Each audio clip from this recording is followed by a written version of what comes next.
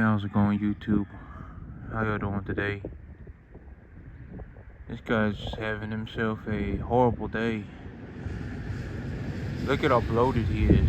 Just super bloated. It's like 9:30 in the morning. He's already ate so much that he's just got a huge gas bubble on him. He's just been standing here for about 15 minutes. Well, I've been keeping an eye on him. He looks like he's gonna be okay. He just needs a minute. He just got way too much grass. Well, I don't really want to startle him, but it's that big old pocket of gas in his gut right there. That's all gas. They've only been eating grass right now too, so he's just been standing here like this with a huge gut on him. This guy, he was bloating up this morning too. He's been standing here for about he still kind of got a little bit of a gas bubble, but he had a real bad one this morning. He's been standing here. He just been laying here for about the past hour. But he's doing better.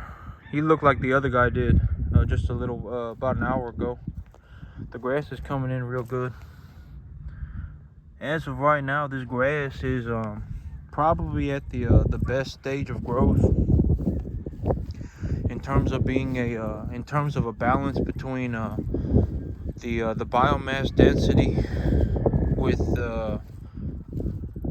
the nutritive content of this grass. So as this grass grows, plants grow proportionally.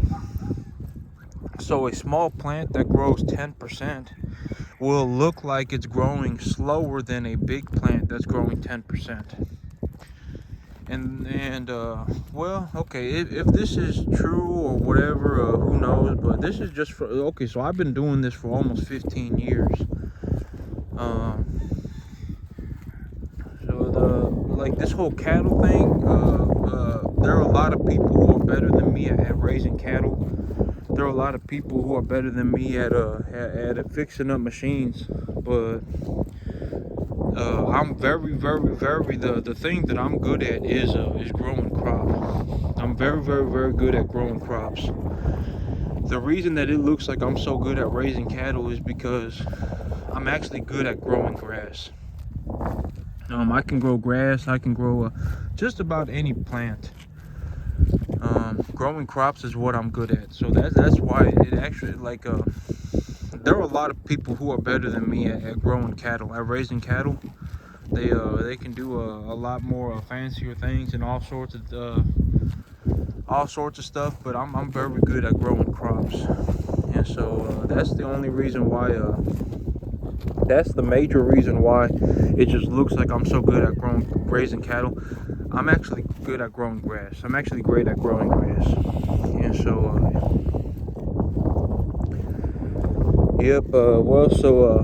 plants, the easiest, so this is just like from over the 15 years or so that I've done this. Like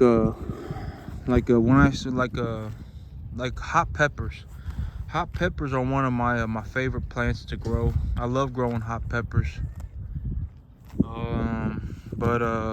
So like a small jalapeno plant, for example, if a jalapeno plant is 3 inches tall, it's going to look like it's growing slower than a plant that is 3 feet tall with a dozen peppers on it. And so my big conclusion from I remember just wondering why that is happening, and just observing plants and just seeing why things are happening. And I remember so my big conclusion was that one of my theories in life is that plants grow proportionally, and it makes sense when people think about it, or when I think about it. It's what makes sense to me. And what I mean by plants grow proportionally is that, let's say I have a 3-inch tall jalapeno plant, a little seedling. That seedling has a root mass underneath it. It has a few leaves on it. Those leaves, so how plants a majority of a plant is carbon. And so, like if I were to take a molecular analysis of a plant, a majority of that plant would be the molecule carbon. And so, plants, they uptake that carbon through pores in their leaves. So what I mean by that is that, so like right now, if I just sit here and I watch this grass, I'll see that this grass is moving back and forth, and it's doing that because the wind is hitting it. And when the wind hits it, the plants actually have little pores on the plant material that uptake the molecule carbon. They'll actually pull carbon from the air, and so they will. The exact how it happens is someone would know better than me. But from a very, very basic understanding, that carbon, the plant takes in the carbon, and then when so plants are green because they have this cell in them called chlorophyll. And the cool thing about chlorophyll is that chlorophyll is actually able to react with sunlight to make sugar. And so sugar is a carbohydrate. It's the energy source for plants. So when that energy source is introduced into the plant, when a chemical reaction happens in that plant, that plant will take the carbon from the atmosphere. It will take minerals from the soil. It'll take water from the soil. It'll take air from the soil. It'll take all these different things, and then it will add energy to it. And when that energy is added, that is how it's just a constant chemical reaction that causes plant matter to grow. And so when I take a look at plants, on what so I remember, like, this I guess it's just something that it's one of my so it's just one of my theories in life. This is something that I thought of a long time ago. But the reason that the plants, they look like they're growing bigger when they're larger, is actually because plants are growing proportionally. And so as a plant gets larger, it'll have more surface area of leaf to interact with sunlight. It'll have more surface area of leaf to take up carbon. It will have more root mass to take up minerals, to take up water, to take up oxygen, to take up all that stuff. It'll have more root mass. And so just because all that stuff, there's more of everything, the plant will just look like it's growing faster, when in reality it's just growing proportionally. So why is all that important as of right now? Well, when I look at this field right now, this grass it's in its best stage of growth right now in terms of the amount of nutrition it is providing to these cattle, as well as the amount of biomass per acre. And here in about I was saying about a month, if this even though these cattle are grazing it this hard, it's growing in way faster than these cattle can eat it. And so here in about a month, this grass will have grown to a point where the nutritive qualities of this grass will have plummeted. So these cattle, the digestibility of this grass will have dropped substantially. This grass will have gone to seed, long story short. So these animals will actually need a higher quality feed than this grass as of right now in about a month. So if I left this grass on this field for a month, the quality of the grass would be too low for me to feeding stocker cattle on it.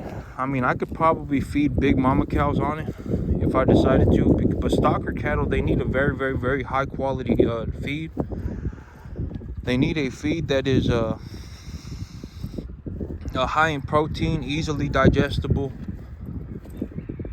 And so yep, if this grass goes to seed, the digestibility of this grass drops substantially.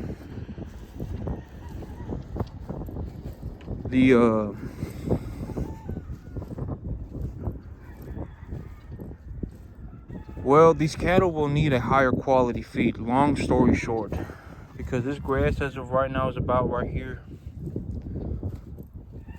And so within a month, I'll need to have replanted this. In any given situation as of right now, this grass will only be good for about another month. If this grass goes to seed, these cattle, their diet will suffer substantially. It'll get to a point where they start having digestive problems. As of right now, their manure looks good, and this grass looks good. The animals look good. They're in good condition. But here in about a month, that's going to start to change. This grass will have grown too much. The digestibility of this grass will be too low. The feed quality of this grass will be too low. These cattle will need a higher quality feed. And so I'm either gonna have to put all these cattle on market, or I'm gonna have to figure. So I'm gonna have to think through this what I'm gonna do, because even if I had grass up here and I only kept half of my animals, the smallest half of my animals would be having a very, very, very difficult time staying healthy. They'll be eating a grass that is just too the feed quality is too low for them to be healthy, to be gaining weight. And so I'll need to see what I'm gonna do, because right now this grass is extremely good. This grass is the cattle are grazing it, and it's still probably 10 inches tall. Here in about a month, though, that's gonna change. Plants are kind of a super dynamic thing. Like when I think about planting a field of grass, it's not just like, I start twiddling my thumbs and I just go, I'm gonna throw grass seed on the field and just ooh la la and everything works out. I think about how much rain there's gonna be. I think about the density of the grass seed, the quality of the forage. I mean, there's a lot of things that go into it. Like, okay, so nowadays, like I can just get on the internet and I can actually find my soil data via a satellite. Nowadays, that is possible. So if I wanted to look at the pH of my soil, if I wanted to look at the potassium content, if I wanted to look at the soil texture, all that stuff is available via satellite. So I can just type in my GPS location, or I can type in the address of my home or anything like that, and I can look up the quality of the soil anywhere in the world. And so I take that data, if it's a raw field, and then I have to start calculating things like if the drainage of this field is low, how much fertilizer do I want to put on the soil, so that if it rains a certain amount, that fertilizer will start seeping into the soil. How often do I want to put fertilizer on the field? There's a lot of things that go into it. And then there's also the things like potassium and phosphorus are immobile, so I'll need to till this soil to put phosphorus, potassium in the soil. Well, yep. I'm gonna be doing all that again here soon, because I'll need to plow all this up, and then I'll need to drill some new grass. And so I'm actually I'm actually gonna plant a few jalapenos too, because or just a different variety of peppers. And so the reason that I'm gonna do that is because it's easier. So me, when I look at a field, when I start to collect data on what I'm gonna do in terms of fertilizing a field, the way I do it is by looking at the plant material. So if I look at a piece of grass and I say, oh, the top half of the grass is greener than the bottom half of the grass, or the grass is looking a little bit too dark, is looking like it's losing its color, I note all of that. And then well, because these plants, they need these minerals, and when they react with these minerals, the plant actually takes it up through its whole system. So like if I eat a salad, or if I eat a piece of if I eat some meat, that meat doesn't just go into my stomach. It goes into my stomach and then it goes into my entire body. That's the same thing with grass and fertilizer. And so as it's just like people. Like if somebody was having a severe vitamin C deficiency, it'd be easy to tell. You know, like their eyes would start going yellow. I mean, it's the same thing with plants. If there's a certain mineral deficiency in a plant, I can tell just by looking at it. And then, like, one of the big things that I do is when I walk around the field, I'll look for legumes. And so what I mean by legumes is like a very, very, very common weed legume here is a clover. I know I walked past a whole bunch of clover here a little while ago, but if I walk by a field, right, and I see a bunch of clover on the ground, and the clover is growing way better than the grass, then where did I see that huge clover patch? Well, there's clover everywhere. So like this right here, this is clover. Clover is a weed, or no, excuse me, clover is technically a weed, but it's a legume. This is a very, very, very good weed. And for me at least, in terms of grazing cattle. So if the clover is growing in way better than the grass, then I know that my grass has a nitrogen deficiency, because clover is a nitrogen fixer.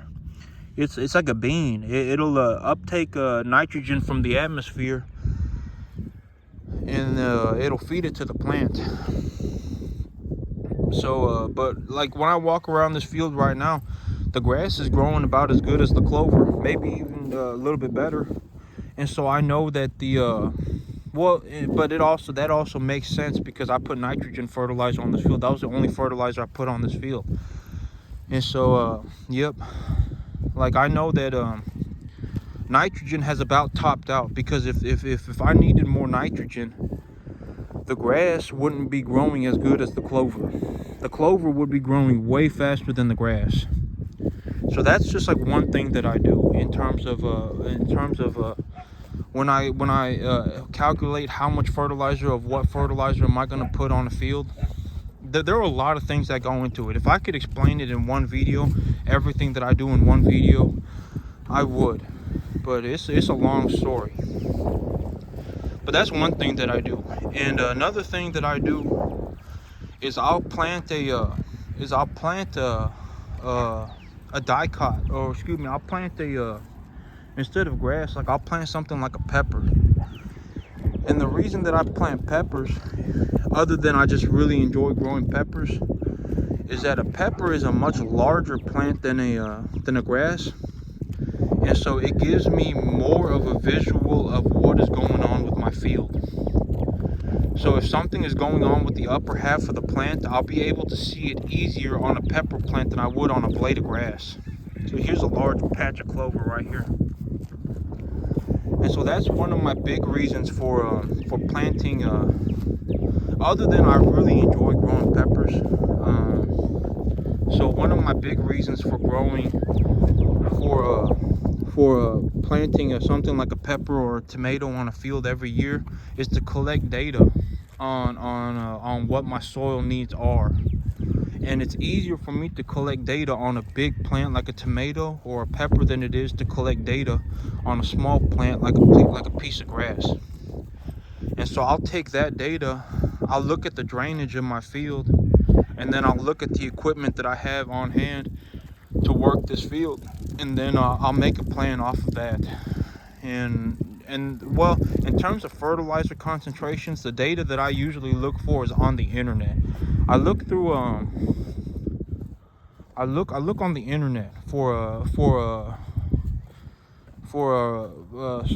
peer-reviewed data, so like scientific data, like on the ppms, concentrations of different nutrients for the proper growth of different plants.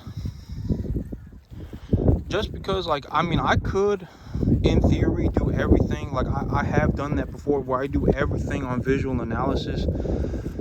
But to do everything on visual analysis, well, I'll have to see. Because, I mean, you know, like, there are times when I'm just simply unable to drive a tractor over a field. And so even if I do see that there is a need to do something, there's a, well, it's just too, well, it's just beyond my control. Like, if the field is too muddy, I won't be able to drive a tractor on it. Even if the field, even if I visually inspect the field to see that it needs some phosphorus. Yeah, there's a lot of stuff that goes on. There's a lot of stuff. It's like a like what I mean, when the music starts, better start dancing. That's all I can say. I mean, there's a lot of stuff that goes on to grow a field properly. And so yep, it ain't just like it ain't so simple. It, like, if it was as simple as just I can just throw grass on a field and just sit in a corner and fiddle and twiddle my thumbs and my grass would grow, that would be fantastic. But it's incredibly I mean, I've been doing this for almost 15 years, and you know, and I ain't even perfect either. I just do my best. But I've been doing this for a long time in terms of just growing crops. And so yep, I mean, it takes a lot to grow a field of crops properly. And maybe as I go through this year, it would be easier for me to show everything, or the things that I do, as they happen, because there's a lot of things that happen. If I could show it in one video, I would, but it ain't. It's much more difficult than just throwing seed on the grass and you know, just skipping off into la la land. It's not that easy. But yep, here pretty soon I'll have to either get rid of these cattle. Well, I'm thinking that I'll probably have to put most of these cattle on market, just because this grass, it'll be too yep. Even if especially if I kept the smaller animals. So smaller animals, they need a higher quality feed than bigger animals, just because smaller animals have a smaller rumen. Their internal stomach system is smaller than a larger animal. So that stomach space needs to be filled with a very, very high quality feed, easily digestible, high quality feed, for them to get enough nutrition in them to grow properly. These bigger animals, they can consume a larger volume of food. So even if their feed quality is a little lower, they can still live on it and be a healthy animal. But the smaller animals, they need a higher quality feed. And so if I'm only going to keep smaller animals here, and then the nutritive value of the feed value of this grass just tanks, I'll have a bunch of animals that need a high quality feed eating a low quality feed. And so I'll need to supplement that for them to be developing properly. And so I don't know how much that's going to cost. That's probably numbers that I'll have to calculate to see if it's even worth it, if it's a good investment of capital for me to keep cattle here when it's hay season. Oh man, yeah, because I really don't want to be selling cattle this weight. Because you know they're preconditioned, they're eating solid feed, they're gaining every day. You know, these are the kind of animals that I can make money on right here. And so like this animal right here, if I just planted good grass, and well, I mean, granted that this grass will continue to grow, but this is the kind of animal that I want to keep. And this is the kind of animal that I can make money on. And I have a whole bunch of animals that look like this right now. And so, well, I mean, you know, boy, if I want to keep them, I better figure something out. Because soon this grass ain't gonna be worth anything. This grass is gonna be, well, I have about a month. Until this grass essentially just turns into green manure, as they call it. I just gotta till it in because it ain't gonna do anything. The feed quality will be too low. Yep, it'll be a horrible quality hay. It just ain't gonna be worth anything. And so if I'm gonna keep animals, well, I gotta figure out what I'm gonna do. Oh, it's okay. I'm sure I'll figure it. Well, I mean, when it comes to crops, that's what I'm good at. So I ain't worried. I'm just taking a good look at my my surroundings, and I'll figure something out. I've been doing this for a long time, and I'll find an interesting way around this. But as of right now, as of today, this grass is at its peak performance for these cattle. So these cattle are getting a tremendous amount of food, and the food is good quality too, as of right now. But I'll have about a month. I have about a month from today until this grass is worth. It's just essentially animal bedding. So I'll have to figure it out. Okay, that's it for me today, YouTube. Y'all have a good one.